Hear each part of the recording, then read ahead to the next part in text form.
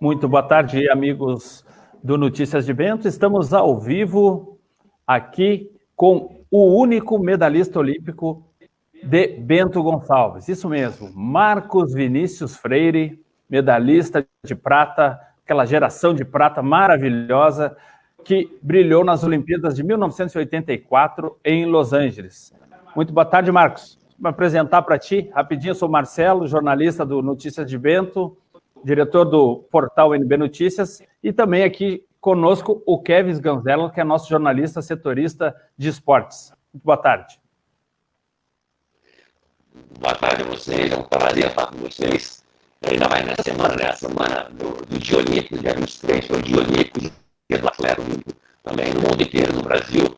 E aí o professor Clemente tem que começar logo agradecendo a ele já ter feito o link aí, ter nos apresentado e ter dado essa ideia de Marcos, conversar com vocês. É um prazer. Oi? Vou só te interromper um minutinho, que eu acho que o teu microfone tá com um pequeno ruído. Dá uma olhadinha aí. Vamos dar uma testadinha aí. Esse aqui. Dá uma faladinha aí, Kevin, só pra gente ver o teu. Tudo certo por aqui? O teu som tá chegando aí. Tudo ok? Isso. Ele vai trocar enquanto o Marcos troca ali. Kevin, é um prazer para nós estar com o Marcos aqui, né? Fazer uma entrevista dessa aí com um grande nome, não só do voleibol, mas também do esporte brasileiro, né, Kevin? Melhorou agora. Isso. Agora ficou show. Melhorou com esse aqui? Agora saiu a imagem. Agora sim. Melhorou? Aí. Quando Olha aí, quando agora você sim. falou também, para mim deu uma picotada aqui também. Então tinha alguma coisa que não estava funcionando nesse outro. Beleza pura. Então, agradecer aqui, boa tarde. Vou repetir o que eu falei. Boa tarde. Muito obrigado pelo convite. É um prazer falar com vocês. Falar com o Bento é sempre muito bom. Voltar à minha cidade natal. Ainda mais nessa semana do Dia Olímpico, no dia 23 de junho, Dia Olímpico, Dia do Atleta Olímpico. Começar aqui agradecendo ao professor Clemente pelo link que fez, me apresentando o Marcelo e o Kevin e ajudando a gente a estar aqui junto hoje de tarde. E estou aberto aí para conversar com a turma toda de Bento. Sei que vocês têm muitos seguidores. Um deles é o prefeito, meu amigo, né? Guilherme Pazin, está aí ainda comandando a cidade, garoto novo, cheio de ideias. E eu tive com ele aí quando na passagem da tocha dos Jogos Rio de 2016. Então, é um prazer estar aqui falando com vocês. Com certeza, para nós também, Marcos, um grande prazer. E eu queria que falasse um pouquinho como é que começou a tua história no vôlei. Foi aqui em Bento Gonçalves, não foi? E a tua ligação aqui, obviamente, com a nossa capital do vinho.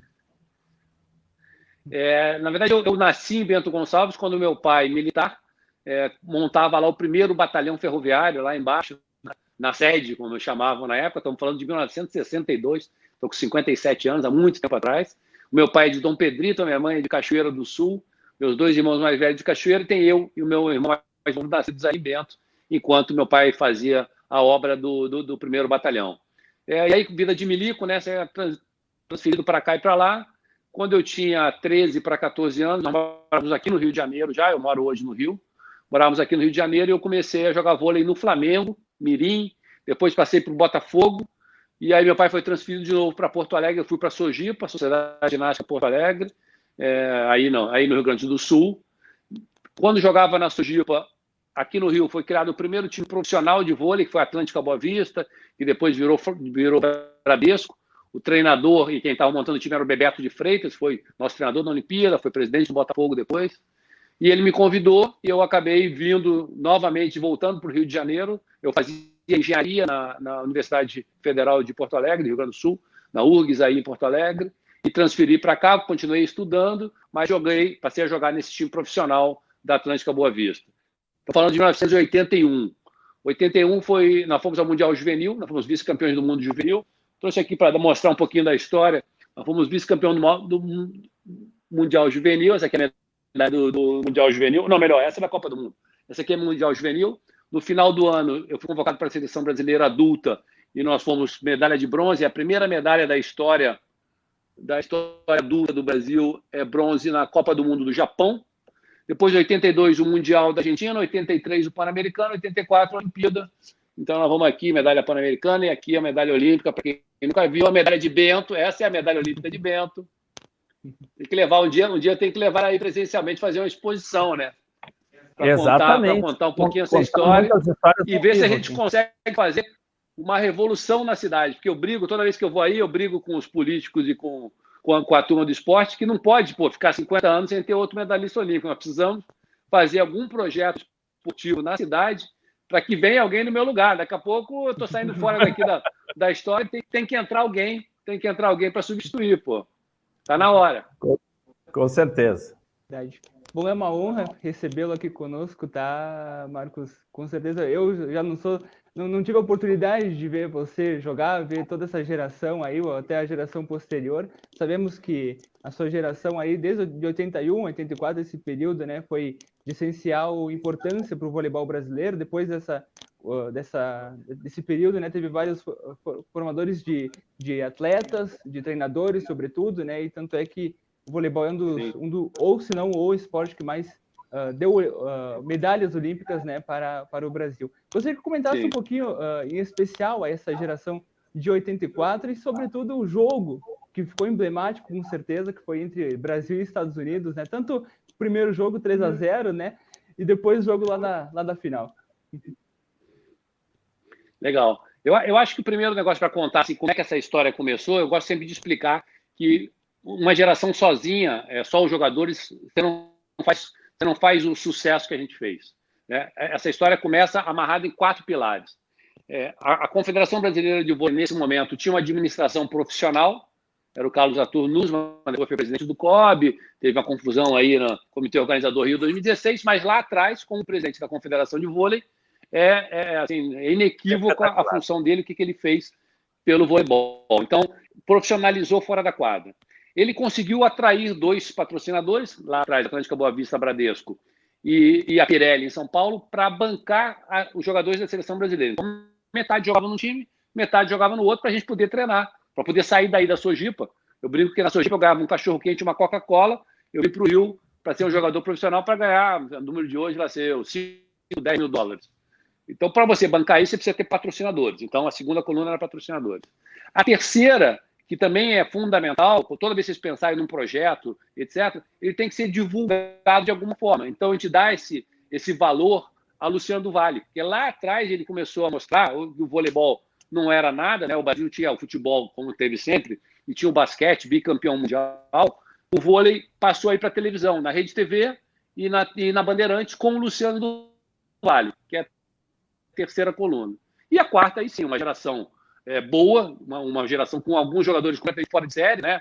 Renan, Gaúcho, como eu aí do Sul, Bernal, William, Xandó, e mais um grupo em torno, treinadores, no caso Bebeto de Freitas, que fez a diferença na escola brasileira, ele misturou 2 escolas. Para quem, como você, Kevin, é novo e não acompanhou essa história lá atrás, o vôlei mundial, no começo, o vôlei começou olímpico em 1964 em Tóquio, e tinha uma escola asiática que mandava no vôlei. A China, Japão e Coreia. É uma escola de velocidade e muita habilidade. Logo depois veio uma escola russa, ou cortina de ferro, antiga cortina de ferro, Rússia, Polônia e Iugoslávia, que hoje são vários países, né? A Iugoslávia virou 7, a Rússia virou 13. Então, mas esses times tinham um jogo de muita força e um time muito alto. O Bebeto conseguiu, Brasil, depois Itália e Estados Unidos, fazendo um mix desses dois. A gente tinha jogadores altos e tinha também jogadores habilidosos e menores, e esse mix foi que deu a criação da Escola Brasileira de Vôlei. Como você falou, nós fomos meio que teste, né? Nós fomos cobaias, vamos dizer assim, de tudo que podia fazer no mundo. Rodamos o mundo inteiro, jogamos contra todo mundo, e dali para frente o vôlei conseguiu montar uma fábrica de fazer treinadores, né? Veio Bebeto, veio Zé Roberto, veio Bernardinho, agora Giovanni e Renan, e assim por diante. E fazendo treinadores, você faz embaixo dele grupo de jogadores. Então lá atrás tinha Bernard e Renan, depois veio o Tandy Giovanni, depois veio o Giba e lá sei, o Ricardinho, agora veio Bruninho e Wallace. Então, a hora que você consegue montar essa fábrica, que é um modelo que as outras modalidades deveriam repetir, e eu fui CEO do COB durante 9 anos, tentei fazer isso, né? Que todas as modalidades tivessem uma estrutura ou um caminho para que isso se repetisse. Esse é o desenho do sucesso do Brasil. Então, o Brasil, que era bom no vôlei masculino de quadra, passou a ser bom também no vôlei feminino de quadra, passou a ser bom no vôlei de praia masculino e logo feminino primeiro, logo depois masculino também. Então, como você falou, é o esporte que tem a melhor custo-benefício do país em função dos resultados em mundiais e Jogos Olímpicos. E como foi para ti, Marcos, disputar uma Olimpíada como aquela de 84, tão emblemática? Pegar logo de cara os anfitriões e meter 3-0 nos Estados Unidos foi a melhor coisa. É quase como ganhar da Argentina no futebol. É isso, mas ali teve um negócio assim por trás que tem que ser contado, né? Primeiro, para mim foi uma experiência fora de série. Eu tinha 21 anos, né? Então, com 21 anos, eu me achava super-homem, numa Olimpíada, ir disputar uma final, e assim, jogar num time profissional. E eu, em paralelo, tinha um negócio meio de formação, né? Que meu pai forçou a eu continuar estudando, então era estudante da PUC. Era um negócio bem, assim, bem fora da curva para minha cabeça, mas, assim, uma experiência única e que mudou a minha vida da água para o vinho completamente. O que aconteceu durante esse torneio olímpico nosso? Nós perdemos um jogo para a Coreia. E perdendo para a Coreia dentro da chave, para nós passarmos para a próxima fase, nós precisávamos ganhar dos Estados Unidos por 3-0. Se a gente voltasse um ano antes, nessa medalha que eu mostrei para vocês aqui, que é a medalha dos Jogos Pan-Americanos de Caracas, aqui, 1983, essa de ouro aqui. A final não foi contra os Estados Unidos, um ano antes da Olimpíada, a final foi contra Cuba. Nós ganhamos de 3-1. Os Estados Unidos ficou em nono lugar. Por quê? Eles não levaram o time titular para o Pan-Americano. Eles ficaram concentrados, treinando em casa, preparando o time para jogar a Olimpíada dentro da casa deles, Los Angeles, um ano depois. Então, nós não conhecíamos o time americano. Como nós precisávamos de 3-0, eles podiam perder e se classificariam, eles jogaram com reserva e não inventaram nada. Jogaram um joguinho que a gente chama de feijão com arroz. Nós, para ganhar de 3-0, jogamos com todos os titulares, criamos todas as jogadas que nós tínhamos no nosso elenco, mostramos para eles o que a gente tinha de melhor para fazer. Ganhamos deles e seguimos adiante, aconteceu as eliminatórias, passamos, vamos para a final de novo com eles. E aí acontecem duas coisas. Primeiro, eles sabendo que nós jogamos contra o time que não era titular e já conhecendo todas as nossas jogadas, então se prepararam muito melhor para a final. E nós, no normal do latino, ganhei de 3-0, meu amigo. Agora vai ser outro 3-0, eu vou dar na cara e ainda vou sair rindo dentro da casa dos caras. Né? Então, assim, foi o que aconteceu. Então, duas sensações diferentes se encontraram. A gente brinca que não deu nem tempo de respirar, né? Porque o Bebeto tem 7 que ele não fez substituição nenhuma. Nós tomamos um 7, eu acho que de 15-5, que, cara, o cara que olhou acabou o 7. 15-5 é um negócio absurdo, né? Naquela época, estamos falando ainda. O Kevin nunca viu esse jogo, né, Marcelo? Que não tinha vantagem e acabava em 15. Tem que olhar depois na internet, tem que ir lá buscar para ver como é que funcionava esse negócio. A minha mãe não entendia, a regra. Aquele negócio, botou no chão, mas não foi ponto. Não foi ponto, porque não fomos nós que sacamos. Mas então, essa história, ela tem esse enredo por trás, né? Se olhar só, ganhou de 3-0, perdeu 3-0, mas teve por que ganhou de 3-0, né? E muitas coisas que aconteceram entre um jogo e outro. Também teve uma parte lá de bastidor, que a gente conta um pouco, né? Um jogador brigou com o outro, teve um negócio de grana, tênis patrocinado e não sei o quê. Então, ainda teve um ruído dentro do grupo, que era um grupo, como eu falei, era cobaia, né? Então, um cara que sai do nada para ficar milionário, ou para ganhar muita grana, ou para exposição imensa de televisão, a gente chegava nos lugares, era bitomania, né? Para quem não era nada um ano antes, isso na cabeça não é simples. Graças a Deus, a gente conseguiu ir treinando essa garotada, estamos falando também de quase 40 anos atrás, né?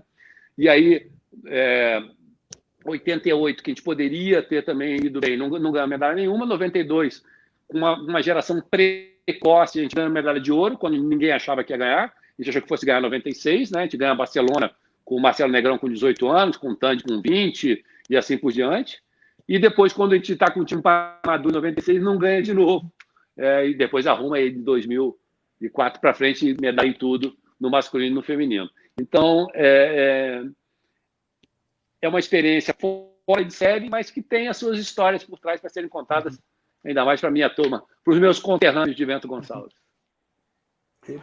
Marcos, 1984, todo mundo diz, foi um marco do voleibol para as demais gerações. Como é que tu vê essa evolução? Como é que o vôlei conseguiu chegar num nível tão alto a partir daquele momento, como tu falaste assim, tinha que reunir, eram em 2 times para poder reunir os jogadores da seleção. E, de repente, a gente parte para um patamar que a gente tem hoje 5, 6 times com grandes jogadores atuando aí na Superliga e também fora. O que a gente fez logo depois de 84? Nós começamos a pegar a experiência internacional. Então, quase todos nós fomos para o campeonato italiano. Eu joguei na Itália durante 3 anos, 2 temporadas. Quase todos, 12, eu acho que mais uns 10, uns 20 jogadores jogavam na Itália, depois alguns passaram a jogar na França, outros passaram a jogar... Então, nós fomos buscando essa experiência. Por quê? Eu lembro da Copa do Mundo de 81, eu conto essa história para todo mundo. Primeiro dia, café da manhã, eu sentado de frente para a porta. Naquela época não tinha YouTube, né? Não tinha nem jogo em televisão, não passava quase que nenhum. Eu conhecia os jogadores dos outros times, da Rússia, do Japão, por uma revista. Tinha revista, né? Você recebia uma revista internacional e disse, porra, cara, esse cara aqui é o Savin, esse cara aqui é o Zaitsev, esse cara aqui é o Fukuoka. Então, E aí, esses caras começavam a entrar pela porta. Você fala, cara, o cara da revista é aquele ali, pô. Então, você tem uma distância entre um ídolo que vai ser teu adversário e um respeito exagerado. Como é que você perde o respeito? Encontrando eles todo dia e entendendo que ele é ser humano que nem você. Ele come igual, come o mesmo arroz com feijão que estava lá no almoço, ele tem a namorada, ou ele é gay, ou ele tem dinheiro ou não tem dinheiro, e aí você passa a frequentar. Eu acho que isso é que o Brasil começou a ter. Experiências internacionais que foram somando, rodagem, porque não adianta você ficar só treinando e não jogar para testar o que você faz no treino. Então, nós passamos a participar muito mais do calendário internacional. E isso começou com o masculino, depois o feminino veio atrás, depois a praia veio, e depois veio a praia masculina e a praia feminina. Hoje o Brasil tem essa vantagem. Ou a gente recebe muita gente aqui, ou a gente vai atrás deles. Nós formamos, como eu falei, uma escola de treinadores. Isso é muito importante, porque o jogador entra e sai. O jogador tem uma vida curta, para nossa tristeza, uma vida muito curta, útil, né? Uma vida útil muito curta, mas o treinador vai formando gerações. Uma vai transitando com a outra, né? Vai transferindo conhecimento ou experiências, e foi isso que o Brasil fez, de 84 até 2016. É uma história, tem até um livro, né, que nós editamos sobre isso, contando essas passagens de bastão. E depois, somos muito ligados até hoje. Na semana passada teve a eleição para escolher os nossos representantes medalhistas olímpicos para a Assembleia da CBV. A gente tem um grupo onde tem todos os medalhistas olímpicos do Brasil, desde 84 até 2016, todos os homens, todas as mulheres, todos os treinadores, todas as equipes técnicas. Então, é difícil um esporte que mantenha essa ligação e que você vai ajudando as gerações que vêm depois. E eu acho que a gente fez isso de forma muito legal, até hoje vem fazendo. Perfeito, Marcos. A gente pode dizer que você é um jogador bastante fora da curva, né? Porque ao mesmo tempo que jogava, também estudava, né? E tem, digamos assim, uma carreira esportiva empresarial, a gente pode dizer dessa forma, né? Você parou muito novo, né? Se não me engano, 28 anos, me corrija se eu estiver errado, né? Isso. Você parou muito jovem, ainda deixou as quadras muito jovem ainda, mas como foi essa transição entre as quadras e fora das quadras, inclusive ainda fazendo parte depois, enfim, como chefe de missão e integrando o Comitê Olímpico? Tá. Cara, eu conto essa história nesse livro aqui, né? O livro chama Resolva.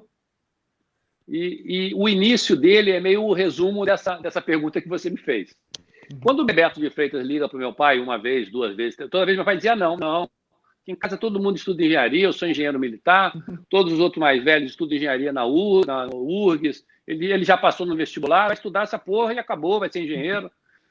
Cara, até o Bebeto chegar num valor de salário que era igual o dele, que era coronel do Exército, ser o tenente-coronel, major. Aí eu falei, pai, agora não dá mais não, cara. Agora para me liberar que eu vou agora para jogar nesse time. Ele falou, beleza, deixa que eu ligo para o Bebeto. Ligou o Bebeto, Bebeto, é o seguinte, ele vai poder ir, beleza, tudo tranquilo. Com 2 condições. Uma, você transfere ele aqui para a PUC do Rio de Janeiro, ele continua estudando engenharia. E a segunda, o dinheiro, em vez de você depositar para ele, você deposita para mim aqui em Porto Alegre, que eu tomo conta, para ele não fazer zona no Rio. Cara, então, e aí eu digo, pô, meu pai, é impossível, como é que eu vou jogar na seleção juvenil, seleção adulta, time profissional, vou estudar ainda e você não vai ficar com dinheiro, vai guardar o dinheiro aqui? Ele falou, resolve, isso faz parte do jogo. Então, o título do meu livro é Resolva, isso faz parte do jogo, porque foi a mensagem que ele me passou e foi isso que me fez ter a continuidade de uma nova carreira, que é muito difícil para o atleta. Essa transição de carreira do atleta, ainda mais no meu caso, foi uma cirurgia, né? Eu tive um problema de coluna na Europa e vim para o Brasil, operei e parei de jogar imediatamente. É muito difícil para a cabeça, principalmente, né? Você está no auge. Estou na Itália, eu era o único estrangeiro do meu time, era o dono da cidade. Agora você volta para o Rio, vai trabalhar numa corretora de valores e resolve, arruma outra profissão, que essa aí acabou da noite para o dia. Graças a Deus eu tinha estudado, eu tinha formado em economia, eu tinha feito MBA em marketing, MBA em seguros. Esse é o meu segundo livro, né? Eu tenho um livro de 2007 também, que é um livro bem mais técnico sobre financiamento olímpico, se chama Ouro Olímpico, a história do marketing dos aros. Então, essa minha formação. E eu também fiz uma escolha, né? As pessoas sempre acham que o ex-jogador de seleção vai ser treinador. É o mais fácil, né? Você continuar ali no banco. Eu não gostava do formato da minha agenda, né? Porque a minha agenda não era minha, era o time que escolhia para até jogar, que horas eu ia treinar, que dia eu ia viajar, para onde eu ia jogar, né? Se eu ia ser comprado por um time ou pelo outro, ser contratado para um ou para outro. E eu achava que a vida do treinador era igual ao do jogador, e realmente, né? Depende muito dos outros, você toma poucas decisões. E resolvi, então, fazer uma paralela. Fui para o mercado financeiro, mercado securitário, seguradoras, bancos e corretoras. Fiquei 16 anos como executivo. Só que eu nunca consegui, depois dessa de jogar, com 21 anos, eu estava em engenharia na PUC, educação física na Universidade Federal do Rio de Janeiro, e jogava no time profissional e fui medalhista olímpico. Então, eu sempre fiz mais de uma coisa ao mesmo tempo. Então, eu não consegui também. Então, eu fui para o mercado financeiro, mas logo depois o Sport TV comprou o campeonato italiano para passar na televisão. Eu passei a ser comentarista do Sport TV. E 2 ou 3 anos depois, acho que isso foi 95, aí em 2000, o Nusman me convidou, em 99, para ser o chefe da missão do Brasil voluntário no Pan-Americano de Winnipeg. E aí eu fiz uma carreira como voluntário, tirava férias para ir trabalhar para o COB de graça. Era coisa meio maluca, isso durou 10 anos. Mas no fim da história, cara, hoje é a minha história. Eu tive em 13 Olimpíadas trabalhando. 13, joguei uma, fui mais 5 como chefe de missão, fui chefe de missão em Sydney. Sydney, por acaso, a tocha está aqui. Espera que eu vou levantar para mostrar a tocha para vocês, porque eu faço a coleção das tochas olímpicas de verão que eu... Aqui, essa aqui é a tocha de Sydney. Maravilha, hein? O chefe da missão, minha primeira missão olímpica, depois de Sydney, Atenas, depois de Atenas, Beijing, depois de Beijing, Londres, depois de Londres, Rio. Rio, a tocha está aqui também. O Rio eu tinha separado já. Essa não podia faltar. Não, toda de verão eu tenho. E aí eu ainda fui no inverno, ainda fui em Salt Lake, Torino, Vancouver, Sochi, e mais 3 da juventude, Singapura, Nanjing e Innsbruck. Então são pouquíssimas pessoas no mundo, eu imagino, que tenham trabalhado em 3 Olimpíadas. Tem uma outra memorabilia aqui, rapaz. Você me perguntou da final, era aquele choro do 3-0, eu contei toda a história, mas não mostrei a memória dela aqui. A camisa dos Estados Unidos que eu troquei no jogo, essa aqui é a imagem da derrota. Quando tem que contar a derrota também, não dá para contar só a vitória não, né? Essa camisa é do Pat Powers. Pat Powers era o número 13. Bateu muito na gente, ele maltratou muita gente. Falei, deixa eu guardar a camisa desse maluco, que ele bateu muito na gente. Agora eu tenho que lembrar dessas porradas o dia inteiro. Mas isso é legal. Essa é uma verdadeira relíquia, da nossa história. Essa é uma verdadeira relíquia. Estamos falando de quanto? De 36 anos atrás, né? Impressionante. 36 anos. E aí vou tirar o telefone aqui do negócio, vou virar. Aqui sou eu jogando lá na Itália, um quadro na minha casa. Estão vendo aqui? Sim. Vai ver um quadro da parede inteira aqui, eu jogando lá em Mantova. Então, assim, cara, eu passei bons momentos no esporte, mas entendi que tem hora que você tem que, né, seguir o teu caminho. Então, eu fui para o mercado financeiro, mas ao mesmo tempo fiz televisão.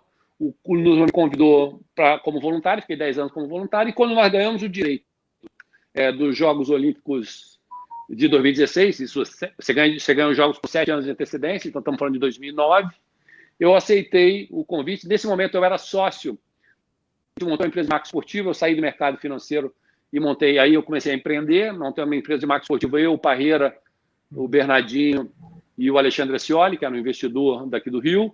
Depois nós compramos da Ascioli vendendo para a família Medina, do Rock in Rio, da Artplan, da agência de publicidade, e montamos a Dream Factor, era Dream 5, virou Dream Factor.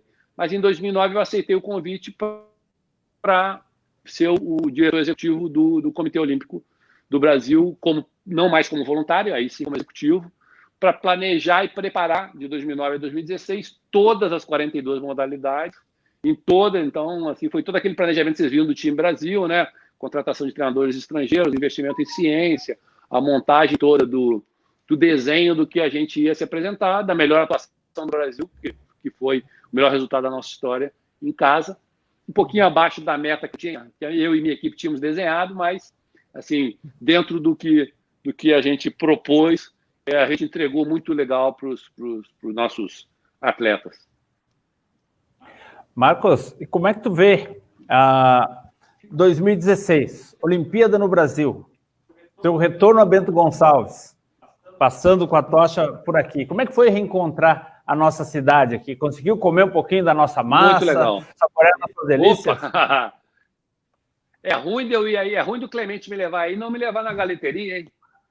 Ele é o prefeito, se não fizerem isso, rapaz, eu não volto mais na cidade. Não, com certeza. E fiquei super bem, porque minha esposa foi, meus filhos foram, meus irmãos foram, meu pai e minha mãe foram. Então, assim, todo mundo voltou meio que para a origem, né? Voltamos lá em 1962. Nós ficamos no Hotel do Vinho, que é um negócio, um paraíso, né? Absurdo, super bem atendidos, assim, comendo muito bem, bebendo muito bem. Eu gosto de um vinho, né? Nascido em Bento, morando na Itália, né? Não tem como. Então, foi uma experiência maravilhosa. Fui super bem recebido pelo prefeito, pelo Guilherme, lá na prefeitura.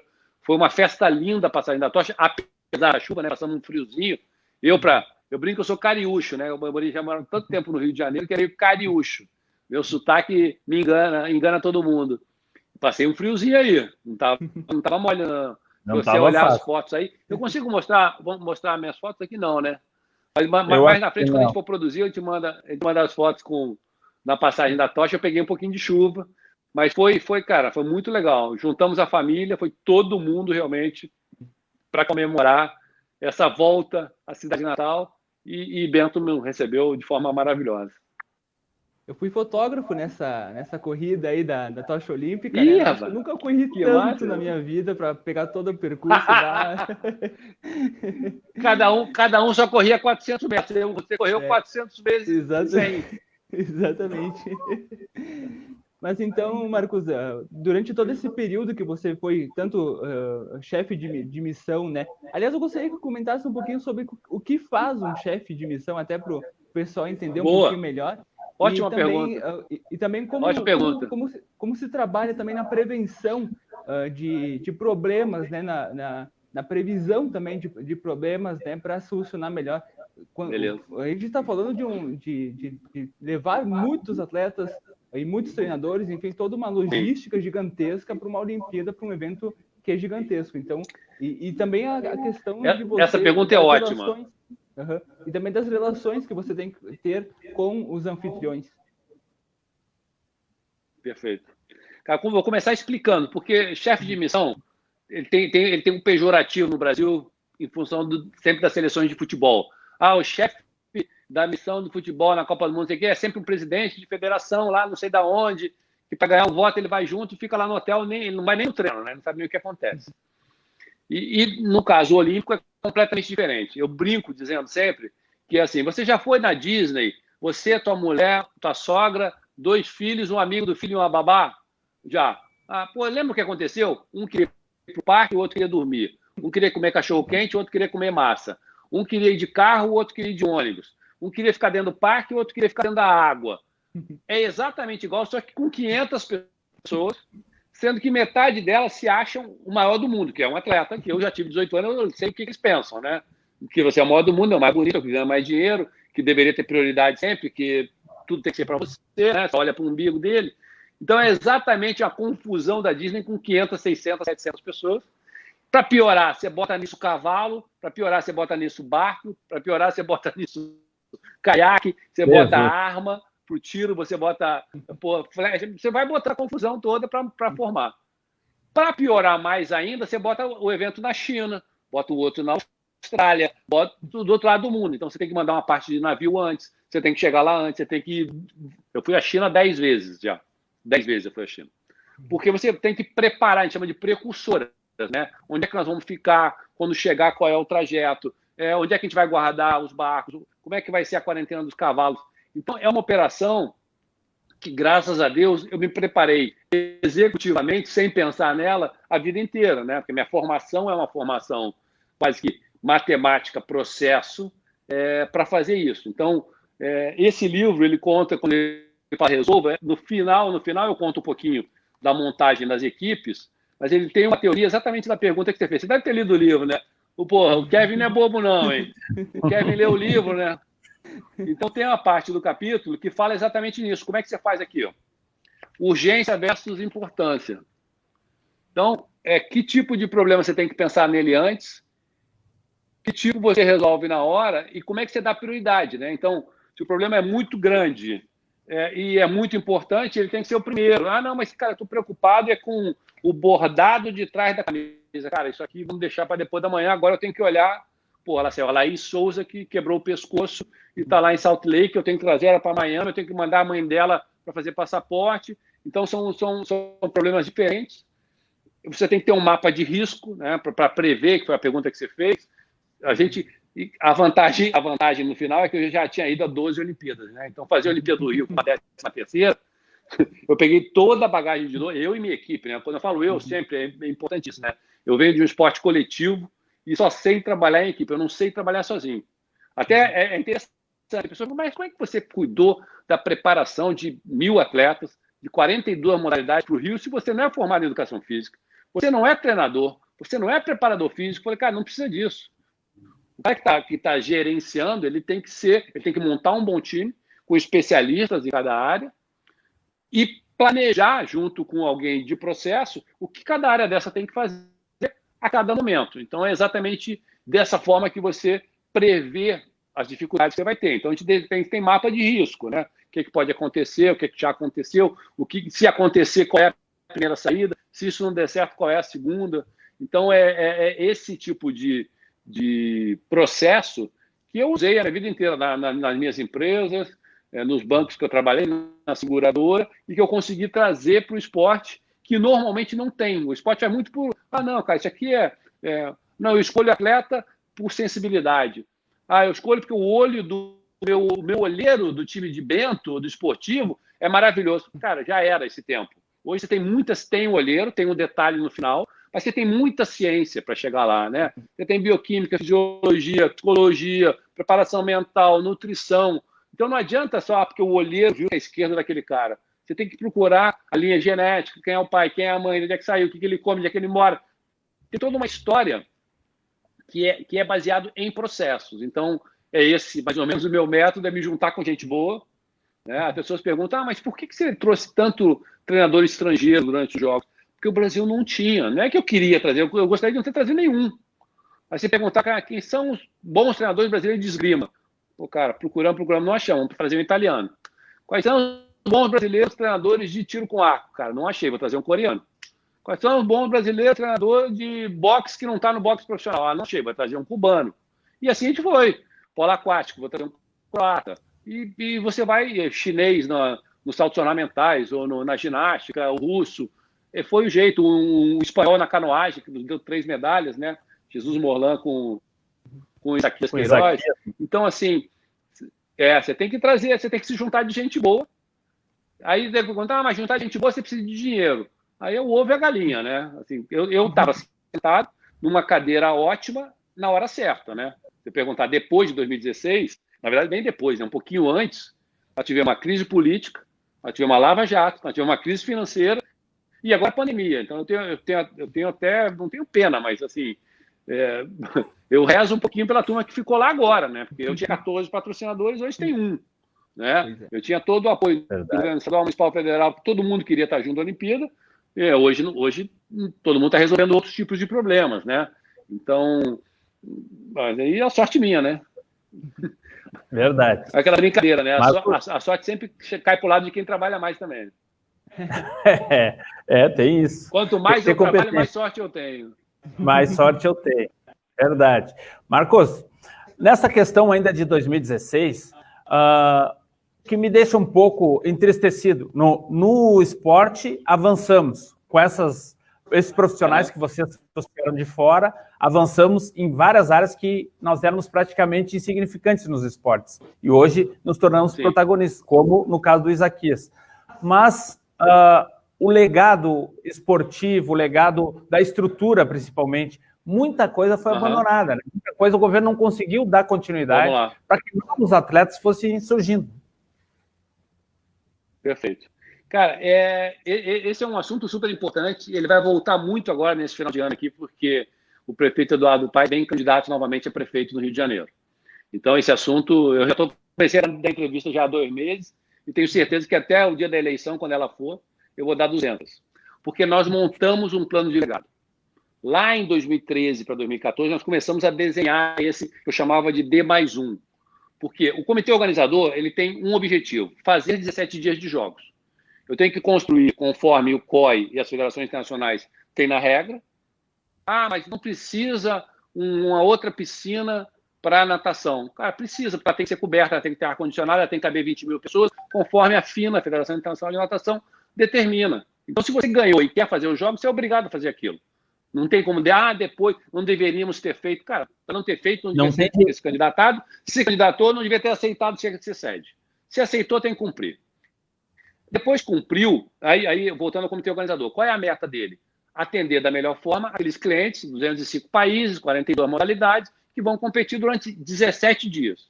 Então, a minha briga lá desde 2012 para frente, depois de Londres, era, cara, a gente tem que acabar o quanto antes, o mais cedo, a construção das instalações, para que o Brasil tenha a vantagem de treinar mais do que os outros nos locais de competição, que seja vôlei de praia, pista de pismo, ciclismo, BMX, eu queria o quanto antes. Queria pensar o D+17, né? O que vai acontecer depois que esse cara todo for embora e a gente vai ficar aqui. E conseguimos desenhar, junto com o Ernest Young e 2 consultores internacionais que o COB trouxe, e mais um grupo de atletas e treinadores, praticamente umas 25 pessoas, nós desenhamos o que seria o plano de legado. Linha por linha, despesa por despesa, receita por receita, até 2028, se não me engano. Eu tenho aqui os books. Coincidência hoje, por acaso, hoje eu não peguei aqui, poderia estar aqui comigo. E esse book foi apresentado, assim, vou contar o detalhe do Política, né? Foi apresentado pelo candidato, o Eduardo Paes já era reeleito, então não podia se reeleger de novo, ele tinha um candidato dele, que era o Pedro Paulo, que hoje está até desenhando a lei do futebol, né? Essa semana até botou lá, querendo mexer com a criação de liga de futebol, etc. O Pedro Paulo, que hoje é deputado federal, era o candidato a prefeito do atual prefeito naquele momento. Ele não ganhou a eleição, ganhou um outro partido. Como toda vez, como acontece no Brasil, tudo que um partido fez, o que entra novo, se a oposição ele esquece e joga fora. Então, a primeira coisa foi que não teve nem transição nesse assunto, legado. Mas antes disso, em 2014, como eu falei, como é que era o desenho do legado? Era o uso ali misturado entre social, educacional e alto rendimento. Então, tinha uma combinação daquelas instalações, tinha várias regras ali de quem construiu, de quem trocou pelo terreno, de construir, de retirar e de refazer, que acabou não acontecendo, por quê? Por causa da Lava Jato, então, porque ali era um consórcio, Odebrecht, Carioca, todas essas construtoras que deram a cagada lá atrás, OAS, não sei o quê. Esses caras não desmontaram até hoje o ginásio de atletismo, não desmontaram a estrutura da segunda piscina, fora o Maria Lenk, porque não cumpriram o contrato, o consórcio quebrou, aquela história toda. E na transição, ou no plano de legado, tinha ali uma participação federal, que era normal lá em 2000, quando a gente fez o plano 2013, 14, 15, que era, uma arena vai ser Petrobras, a outra arena vai ser Infraero, a outra arena vai ser Banco do Brasil, porque é do vôlei, a do tênis vai ser Caixa Econômica, ela seu. Cara, no Lava Jato isso acabou, né? E com a vinda, depois Temer e depois Bolsonaro, isso foi por água abaixo. Então, politicamente, você perdeu todo o apoio. O consórcio que tinha que fazer obras ali caiu também. A crise financeira veio logo depois e você vender para privado não teve como. E hoje aquilo ali é um imbróglio total, né? Uma mistura de prefeitura com governo federal, com privado, que não teve ainda solução. Eu espero que volte a discussão. Eu sou um que dou pilha o tempo inteiro aqui, né? Moro a 10 minutos, estamos falando aqui do Parque Olímpico, a 10 minutos da minha casa. Cara, eu conheço porque eu participei da montagem desse legado. Eu espero que volte a discussão e que se ache uma solução para para esse desenho, porque plano não existe, mas ele não é fácil de executar. É um plano que precisa vontade política, precisa gana, precisa patrocinador e precisa conhecimento técnico. Não adianta também botar ali o amigo do primo, né, como a gente vê de vez em quando aí, porque ele não vai fazer o que tem que ser feito. Tem que ter gente que conheça o assunto. Kevin. E também não me peçam para ser eu, porque não vou ser eu. Era o que eu ia te perguntar agora. Kevin, nós temos o tempo quase estourado aqui, que a gente combinou com o Marcos, ele tem um outro compromisso. Então, acho que a gente já pula ali para o futebol, porque o Marcos também teve a experiência como dirigente de futebol, trabalhou no Fluminense. E, Marcos, como é que tu está vendo essa situação nesse momento de pandemia? Nós temos muitos clubes aí praticamente quebrados financeiramente, com muitas dívidas, dificuldades até de pagar salário de jogadores. Como tu acha que vai ser, já que tu também é economista, essa situação, como vai ser daqui para frente, agora segundo semestre, com a volta dos jogos, os clubes vão ter que se reinventar, como é que tu vê essa situação? Vamos lá. Primeiro vamos botar um parêntese. Antes da pandemia, esses 90% já estavam quebrados também. Eu estive no Fluminense em 2017, eu cheguei lá sem conhecer ninguém, politicamente então zero, nunca tinha visto presidente na minha vida, nenhum vice-presidente. Eu fui contratado através de um headhunter, depois de um processo que a Ernst Young desenhou o plano. Como a Ernst Young tinha sido a mesma que desenhou o plano do time Brasil comigo, eu acho que alguém ali deve ter indicado, eu fui um dos 3 nomes, e acabei sendo contratado como executivo, para executar aquele plano, trazer executivos comigo e profissionalizar o time. Então, vou falar de Fluminense, mas que vale para quase todos, tá? Chego lá e monto um plano. Como qualquer plano, pode ser do NB Notícias até uma startupzinha ou até uma empresa grande, você monta um plano plurianual, né? No mínimo 3 anos, normalmente 5 e muitas vezes 10. Para um clube de futebol, eu acho que alguma coisa em torno de 5 a 10. Trouxe puta de um treinador, Abel Braga, um puta de um diretor de futebol, Paulo Autuori, e montamos esse plano, cara. Qual é o sonho de qualquer tricolor, ou gremista, ou colorado? Ser campeão do mundo. Para ser campeão do mundo, eu tenho que ganhar a Libertadores. Então, para ganhar a Libertadores, eu tenho que ganhar o Brasileiro. Para ganhar o Brasileiro, eu tenho que ficar entre os 4. Eu tenho que fazer a final. Para fazer a final, eu tenho que ganhar os 4. Então, a gente fez uma conta de trás para frente. Então, eu só posso disputar o Mundial daqui a 8 anos. Porque hoje eu sou o 15º lá, o Fluminense, em 2017, do Brasileiro. Eu tenho que fazer uma etapa para o ano que vem ser 10º, no outro ano ser 6º, para começar a estar jogando semifinal ou estar entre os 4 daqui a 5 anos, para tentar uma Sul-Americana ou Libertadores, para tentar uma final mundial. A hora que você apresentou esse plano lá, o cara fica maluco. Chegar no Flamengo amanhã, rapaz, tá doido? Porra, sábado agora tem jogo do Flamengo. Tô cagando para essa história de 10 anos, não tem como. Então, assim, é um negócio difícil. E pior do que isso, você pega um orçamento e você vê lá uma dívida do Fluminense, algo em torno de 700 milhões, quando eu cheguei lá. E você fala, cara, estamos fodidos, nós não temos desculpa o palavrão, nós não temos um fluxo de caixa para pagar essa dívida. Nós estamos com 1 ou 2 meses de atraso, estou falando lá de 2017, julho, né, já agosto de 2017. Cara, não temos para pagar o salário do mês que vem. E aí, na reunião dos estatutários voluntários, o cara levanta a mão e diz, pô, quem sabe a gente traz o Fred de volta? Você tá maluco. Eu acabei de dizer que a gente não tem para pagar o do porteiro, que é R$ 1.200, quer trazer o Fred, que custa 500 conto por mês. Então, o futebol tem isso. Eu estou só contando uma historinha que é verdadeira e que acontece repetidamente, para dizer qual é a minha postura ali no futebol. Então, essa história, a pandemia vai quebrar porque ia quebrar, porque tem erro de processo, tem erro de planejamento e tem não é uma arrogância, tem uma pressão de 2 stakeholders que não tem em lugar nenhum que eu trabalhei. Não tem banco, não tem time, time até tem, mas menos, né? Mas não tem no COB. Um é diretor estatutário ou vice-presidente ou presidente voluntário. O cara voluntário, chega lá às 6 horas da noite, depois que eu já tinha ido embora, 8 horas, o cara me ligava e cara, eu fazer uma reunião com você. Pô, 8 horas da noite, meu amigo, eu estou na Barra, Laranjeira, fica lá do outro lado da cidade. Eu já cheguei aí às 7 da manhã, podia ter ido às 8 da manhã, não da noite. E muda tudo que você fez durante o dia, né? Tudo que você planejou durante o dia, os voluntários é que acabam resolvendo, porque eles são estatutários, são eleitos por estatuto. E o outro é a torcida, que não quer saber essa história. Não sei se vocês dois são São gremistas ou colorados? Eu sou esportivo. Colorado. Esportivo. Ah, garoto, tá que nem eu, pô. É esportivo. Cara, a gente quer que, como torcedor, a gente quer que o time ganhe o próximo jogo, né? E de preferência o próximo campeonato. A gente não consegue pensar isso, cara. Não, vamos trazer um cara, vamos estruturar. E aí você diz assim, mas será que vai dar certo? A gente tem um exemplo em casa, a gente tem um exemplo na Europa, né? O Real Madrid e o Barcelona fizeram exatamente isso. É só comprar, tem 4 livros para comprar. Você lê 4 livros.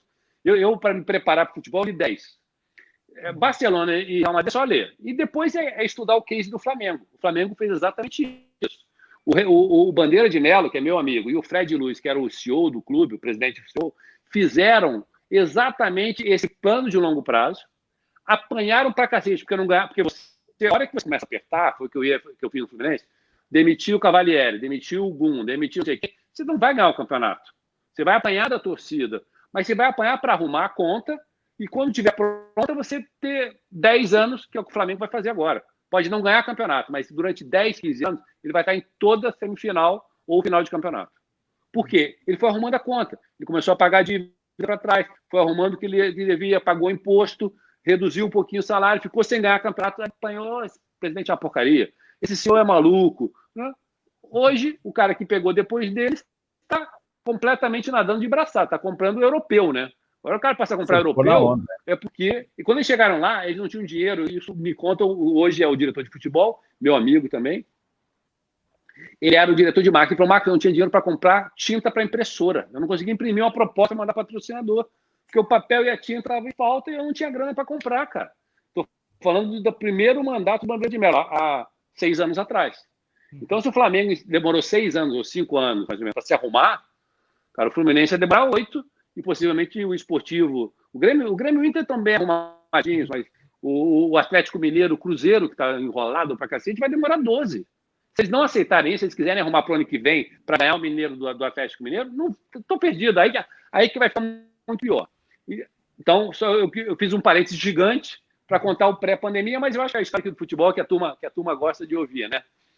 Sim. A pandemia só piorou isso, porque o cara continuou com a mesma despesa, continuou tendo que pagar esses jogadores que ganham, assim, não vou discutir valor, mas que ganham bem, e não teve nenhuma receita, né? Porque não teve estádio, não teve venda disso, não teve venda daquilo.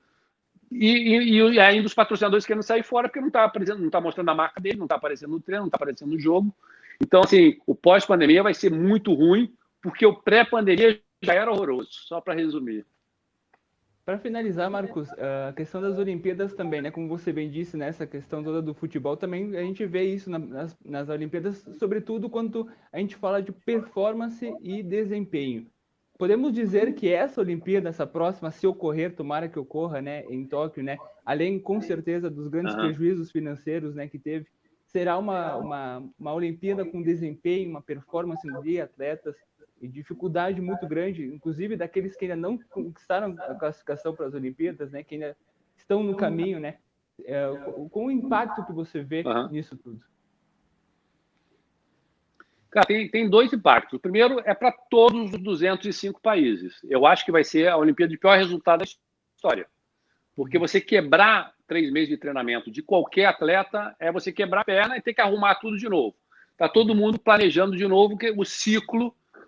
Ninguém fica em cima o tempo inteiro. Nem o Messi, nem o Djokovic, ninguém. Né? Fica indo subindo. Claro, os craques ficam mais tempo em cima, de vez em quando embaixo. Isso você chama periodização de treinamento. Teve que ser totalmente mexida para frente. E o que você falou, pior, metade já está classificado. E dessa metade já está classificada, a gente não sabe se ele é o nosso melhor representante, porque como mudou um ano, o futebol, por exemplo, é sub-23. Os caras que não se classificaram não podem, teoricamente, a não ser que a FIFA mude, e não podem jogar o ano que vem, 21. Eu acho que a FIFA vai dar uma empurrada, vai botar 24 anos para deixar eles jogarem quem classificou. Mas você pega o Scheid, que está classificado. O Robert Scheid está classificado para ir para a sua 9ª ou 7ª Olimpíada. O Scheid tem várias lesões, é um cara quase da minha idade. Cara, mais um ano para ele é um desespero. O plano dele era acabar agora, vai a Olimpíada daqui a um mês e vamos embora, pô, né? Sumir. Morar lá na Itália. Ele mora na Itália, Lago de Garda, casado com uma europeia, vou ficar lá. Não, ele vai ter que treinar mais um ano para chegar lá na frente. Então, esses são os pré. Os que não classificaram, o que você falou, eu não sei como é que vai ser a agenda desse final de ano, possivelmente com quase nada, né? O Djokovic resolveu fazer um torneio, fez uma cagada monstra, né? Agora o nome dele virou Djokovic, né? Djokovic, porque distribuiu a Covid lá no torneio dele.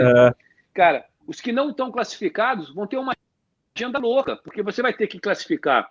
Pega aí, manda que janeiro libere tudo. De janeiro até maio, para os jogos serem em julho. Então você vai ter campeonato, ninguém vai treinar. Não treinando, o resultado, possivelmente, da Olimpíada vai ser o pior da história em relação a quebra de recorde, número alcançado, blá, blá, blá, blá. Então estamos falando do 205. Para o Brasil, pior ainda, porque a gente está no rabo do cometa, né? A China começou, já está jogando há muito tempo, já está treinando, então nós vamos estar com um buraco aí, e se a gente não tomar conta, não tomar cuidado, que é um absurdo, né? A praia aqui no Rio de Janeiro, domingo, estava lotada, um absurdo, assim, morrendo 1.300 pessoas por dia, a praia lotada é coisa de louco, então possivelmente a gente vai empurrar ainda mais essa pandemia para frente, e aí vamos ter menos tempo ainda para resolver. Não, e pior, e se a classificatória for na Europa, que a gente não pode nem entrar? É verdade. Você vai dar de cara lá e vai voltar, que o passaporte brasileiro não pode entrar aí danou-se, né? Então, assim, vejo um risco muito grande e vejo alguma possibilidade dos jogos não acontecerem. Marcos, agradecendo, combinando que eu ia te dispensar antes das 6 horas. Marcos, maravilha. Deixa uma palavra final para nós aí e um conselho também para aquele jovem que está querendo ser um Marcos Vinícius lá na frente, um jogador de futebol, legal, ou até mesmo um economista de sucesso aí. Até vou falar para o Marcos, eu acho que a primeira rapidamente, lição... que Bento Gonçalves tem... Um ainda está no infanto juvenil, o outro chegou ao profissional do Cruzeiro, vai ganhar espaço no grande time de Marcelo Mendes, né? São dois atletas que vieram do Bento Vôlei, lá do projeto social, e que agora estão, né, importantes também desse incentivo desses atletas, desses pequenos jovens que querem ser como você, né? Um medalhista olímpico. Sim.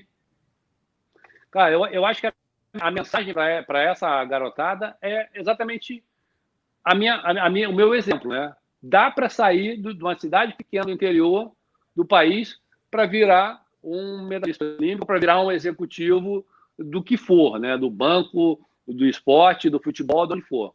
Ah, não, porque eu nasci aqui, então meu destino... Cara, seu destino é o que você desenhar como seu destino. Eu acho que essa é a mensagem que a gente tem para a garotada. Para os políticos, para os patrocinadores e para quem tem grana na região, por favor, me ajudem a arrumar um novo medalhista olímpico na cidade de Bento Gonçalves. Vamos ajudar a montar projeto para que não seja só eu, todo ano, o único medalhista olímpico de Bento e que a gente possa realmente ir para fazer uma festa com um medalhista, se Deus quiser, em Tóquio o ano que vem, se não puder, em Paris em 24. Mas, como eu falei aqui, em planejamento médio e longo prazo, pode ser em Los Angeles, como o meu foi em Los Angeles em 84, que seja Los Angeles 2024, 2028. Então dá tempo, tem 8 anos para a gente montar um Bento Gonçalves para ser o medalhista novamente em Los Angeles, só que dessa vez em 2028. Valeu? Um grande abraço, prazer falar com vocês. Obrigado pelo convite. Não vamos esquecer de agradecer ao professor Clemente. Obrigado, Clemente. Com certeza, Clemente aí que permitiu esse elo aí com o Marcos Vinícius aí, realmente viajamos no tempo, viajamos na história aí, contando desde 84 e principalmente falando aí da Olimpíada 2016 que o Marcos Vinícius coordenou brilhantemente. Marcos, muito obrigado. Quem sabe não faremos um seminário aqui para te ajudar o pessoal no investimento aí do esporte local. Vamos organizar isso, de repente, falar com o prefeito Pazinha aí, com as lideranças da cidade, para te trazer aí, com certeza, um grande case para nos ensinar muita coisa aqui. À disposição. Prefeito, só chamar, você sabe que eu sou voluntário de Bento Gonçalves a qualquer momento. Chamou, eu estou aí. E aí o Galeto está garantido. Opa! Galeta e polenta. Valeu, um abração, tudo é bom. Valeu, um abraço. Tchau.